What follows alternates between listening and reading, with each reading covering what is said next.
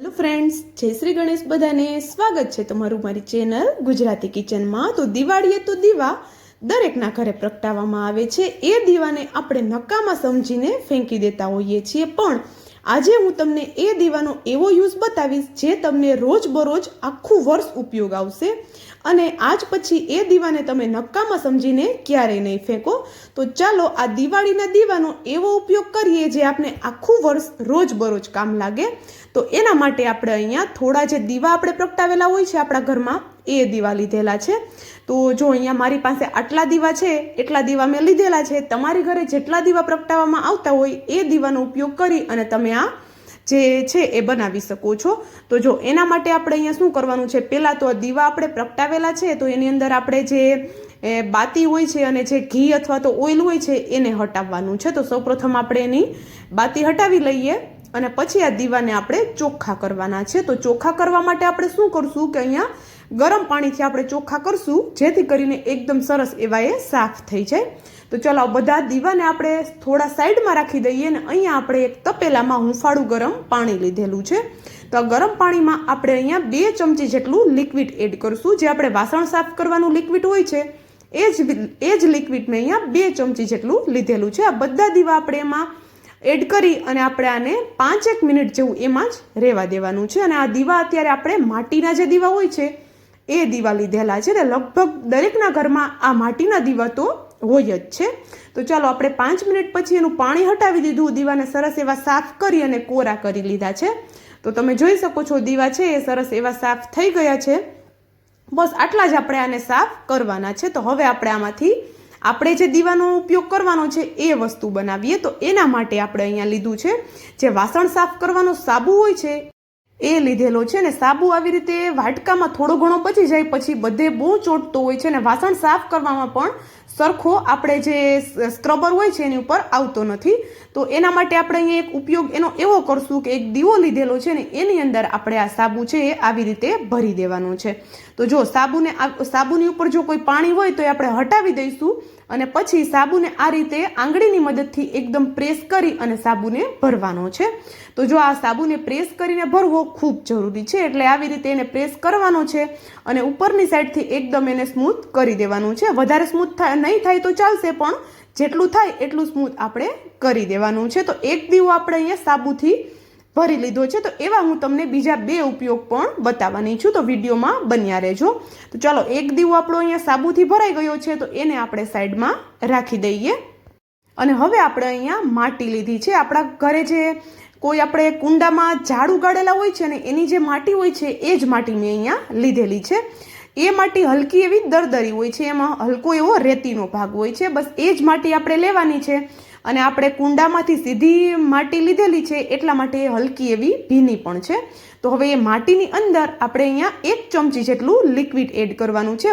Liquid બહુ વધારે પણ આપણે ઉપયોગમાં નથી લેવાનું, કારણ કે વધારે એડ કરશું તો માટી છે એ વધારે ભીની થઈ જશે અને આપણે જ્યારે એને દીવામાં ભરશું અને આપણે એનો ઉપયોગ કરશું ત્યારે સરખી નહીં થાય. આમ તો આપણે આને સૂકવવાની છે થોડી વાર માટે, એટલે કોઈ પ્રોબ્લેમ નહીં થાય જો થોડું વધારે ઓછું થશે તો. હવે એ માટીને આપણે આવી રીતે બીજા દીવાની અંદર સરસ એવી દબાવીને ભરી લેવાની છે અને સરસ એવી એને પણ ઉપરથી સ્મૂથ કરી લેવાની છે. તો જો અહીંયા આપણો બીજો દીવો છે એ પણ ભરાઈને રેડી થઈ ગયો છે, તો એને પણ સાઈડમાં રાખી દઈએ અને ફરીથી આપણે અહીંયા એક વાટકી લીધેલી છે. તો 2 દીવા આપણા ભરાઈ ગયા છે અને હવે આપણે આ ત્રીજા દીવાની પ્રોસેસ કરીએ છીએ. તો એના માટે આપણે એક વાટકીમાં 1 ચમચી જેટલો વોશિંગ પાવડર લેવાનો છે. જે કપડાં ધોવા માટેનો પાવડર હોય છે એ જ પાવડર મેં લીધેલો છે. એમાં 1 ચમચી જેટલા બેકિંગ સોડા એડ કરી દઈએ. તો બેકિંગ સોડા જે આપણે નોર્મલ આપણા ઘરમાં બધાની ઘરે અવેલેબલ હોય જ છે એ જ સોડાનો આપણે ઉપયોગ કરેલો છે. તો હવે આ બંને વસ્તુને એકદમ સરસ એવી એક વખત મિક્સ કરી લઈએ અને હવે આપણે એમાં એડ કરવાનું છે લીંબુ. તો જો અહીંયા અડધું લીંબુ મેં લીધું છે, એમાંથી થોડો એવો લીંબુનો રસ આપણે એડ કરશું. ત્યાં જ છે આ સોડામાં છે એકદમ સરસ એવા બબલ્સ આવવા લાગશે. તો આપણે સોડા અને પાવડરને સરસ એવો લીંબુ સાથે મિક્સ કરી લઈએ અને થોડી વાર થશે એટલે બધા બબલ્સ બેસી જશે અને આવું તમને એક પેસ્ટ મળી જશે એવી દરદરી એવી. તો આમાં જો આપણે પાણીનો ઉપયોગ નથી કરવાનો. તો આ પેસ્ટને હવે આપણે ત્રીજા દીવામાં ભરી લેવાની છે. આ ત્રણેય વસ્તુ એટલી ઉપયોગી બનશે તમારા જીવનમાં, રોજિંદા જીવનમાં, કે તમે આનો વારે વારે ઉપયોગ કરી શકશો અને એ પણ એકદમ ઇઝીથી, અને તમારો ઘણો બધો ખર્ચો પણ બચી જશે. તો જો અહીંયા ત્રીજા દીવામાં આપણે ભરી લીધું છે અને એને પણ આપણે ઉપરથી સ્મૂથ કરી લીધું છે. અને આ દીવાનો ઉપયોગ કર્યા પછી તમે આને વારે વારે ઉપયોગમાં લઈ શકો છો. એવું નથી કે એક વખત ઉપયોગ થશે અને પાછો ઉપયોગ નહીં થાય. એકદમ એને સરસ એવા સાફ કરી સુકાવી અને રાખી દેશો એટલે બીજી વખત ફરીથી તમે એનો ઉપયોગ કરી શકશો. તો જો અહીંયા બીજું છે એ પણ આપણો ત્રીજો દીવો છે એ પણ સરસ એવો ભરાઈ ગયો છે. તો એને પણ સાઈડમાં રાખી દઈએ અને આ દીવાને આપણે થોડી વાર માટે સુકાવા દેવાના છે. તો જો આવી રીતે ઉલટા કરશું તો બિલકુલ માટી હાથમાં નથી આવતી, એકદમ સરસ એવા એ સેટ થઈ ગયા છે. તો હવે આપણે આનો ઉપયોગ કરી શકીએ છીએ. તો જો એ જ રીતે આપણો જે સાબુ છે એ પણ સરસ એવો સેટ થઈ ગયો છે. તો ચાલો હું તમને આનો એક ઉપયોગ કરીને પણ બતાવું. તો મેં અહીંયા એક તવો લીધો છે. આ રોટલી માટેનો તવો આપણે રોજ બરોજ સાફ કરવાનો જ હોય છે, પણ અત્યારે મેં આ તવા ઉપર ગરમ તવા ઉપર થોડી દાળ નાખી દી અને એક રોટલીને આપણે બાળી દીધી હતી, એટલા માટે તવો આટલો બધો ખરાબ આપને દેખાય છે. તો હવે તવો હું તમને સાફ કરીને બતાવું છું. તો આ ગરમ તવો છે એની ઉપર થોડું પાણી એડ કરીએ આપણે અને પછી આપણો જે દીવો છે ને ઉલટો કરીને આપણે એને ઘસવાનો છે. તો તમારે અહીંયા કોઈ સ્ક્રબરની પણ જરૂર નથી પડવાની, કોઈ લિક્વિડની પણ જરૂર નથી પડવાની.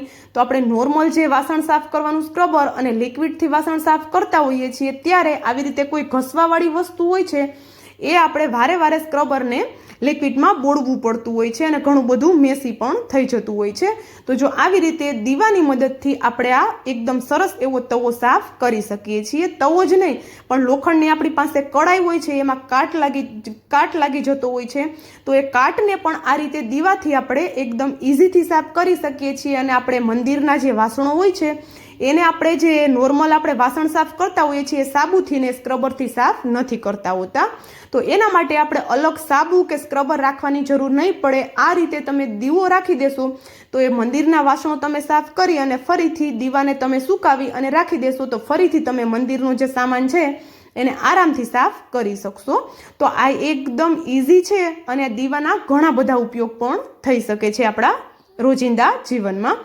તો જો હું તમને તવો ઘસી અને સાફ કરીને પણ બતાવું છું. કેટલો બધો ગંદો હતો તવો, તમે જોઈ શકો છો અત્યારે એકદમ સરસ એવો ક્લીન થઈ ગયો છે. જોઈ શકો છો તમે. આપણે એને નોર્મલ પાણીથી વોશ કર્યો તો એકદમ ચોખ્ખો થઈ ગયો છે. અને આપણે જે દીવામાં સાબુ ભરેલો છે એ દીવો છે એ સ્ક્રબરનું કામ કરશે, કારણ કે એ માટીનો હોય છે તો એકદમ આરામથી કોઈ પણ વસ્તુને સાફ કરી શકે છે. તો હવે હું તમને એક લોટો પણ અહીંયા બતાવી દઉં છું સાફ કરીને. જે આ તાંબાનો લોટો હોય છે એ છે ને આ તાંબાના જે વાસણો હોય છે બહુ જલ્દીથી ખરાબ થઈ જતા હોય છે, આવી રીતે બ્લેક થઈ જતા હોય છે. તો ચાલો એને પણ હું તમને સાફ કરીને બતાવું છું કે એકદમ આરામથી સાફ થઈ જાય છે. તો લોટાને આપણે પાણીવાળો પહેલાં કરી લીધો અને પછી આપણે જે સોડા અને બેકિંગ પાવડરવાળો દીવો હતો એની મદદથી અથવા તો માટીવાળો જે દીવો હતો એની મદદથી પણ તમે સાફ કરી શકો છો. તો જો આવી રીતે આપણે એને હલકો દીવાને ઘસતું આ લોટાની ઉપર તો આપણે કોઈ પણ કેમિકલ બજારેથી લાવવાની જરૂર નથી આ મંદિરના વાસણોને સાફ કરવા માટે. ઘરે જ તમે આ રીતે આરામથી ઘરની વસ્તુથી જ એકદમ ચોખ્ખા કરી શકો છો. તો જો જેવો મેં હલકો દીવો ઘસ્યો એકદમ સરસ એવું આ છે આપણો લોટો એક ક્લીન થવા લાગ્યો છે. તમને વિડીયોમાં ફરક સમજ આવતો હશે. તો જો હલકો આપણે દીવાને ઘસતું તો જોઈ શકો છો તમે દીવાનો કલર એકદમ ચેન્જ થવા લાગ્યો છે. હું તમને હમણાં વોશ કરીને પણ બતાવી દઉં તો જોઈ શકો છો તમે. અત્યારે જ આપને ખબર પડે છે કે કેટલો બધો છે એમાંથી ડસ્ટ નીકળી ગયો છે અને એકદમ એનો કલર ચોખ્ખો થઈ ગયો છે. એકદમ સોના જેવો આપણો લોટો થઈ ગયો છે. તો આવી રીતે પિત્તળના કે તાંબાના કે જે વાસણો હોય છે સાફ કરવા માટે આપણે બજારેથી કેમિકલ લાવતા હોઈએ છીએ, પણ હવેથી કેમિકલ લાવવાની જરૂર નહીં પડે. અને જો મેં હજી હાથ પણ નથી ફેરવ્યો, ખાલી પાણી જ ઉપર નાખ્યું છે તો જો એકદમ લોટો છે એ ચમકવા લાગ્યો છે. તો આ દીવા હવે તમે ક્યારેય ન ફેંકતા અને આવી રીતે તમે એના ઉપયોગ કરી શકો છો અને ખૂબ જ કામમાં આવે એવી આ ટ્રીક છે. અને જો તમને થોડો પણ વિડીયો પસંદ આવ્યો હોય તો પ્લીઝ વિડીયોને એક લાઇક અને જો ચેનલ પર નવા હોય તો જલ્દીથી ચેનલને સબસ્ક્રાઇબ કરી લેજો આવા જ નવા વિડીયો જોવા માટે. તો ચાલો આપણો લોટો છે એ પણ સરસ એવો ચમકી ગયો છે અને દીવાના મેં તમને ઉપયોગ પણ બતાવી દીધા. તો ચાલો હવે આપણે મળશું ફરીથી. Thank you for watching.